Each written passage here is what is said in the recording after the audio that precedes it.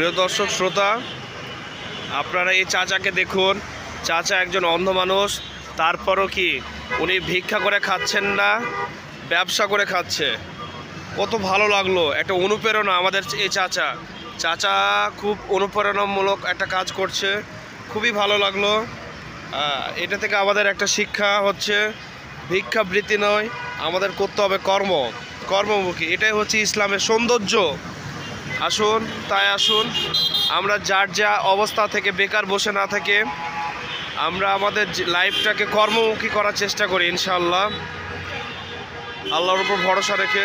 খুবই ভালো লাগলো।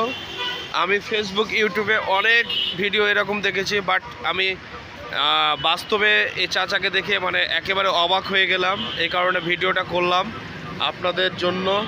ইনশাআল্লাহ ভালো কিছু পাবেন।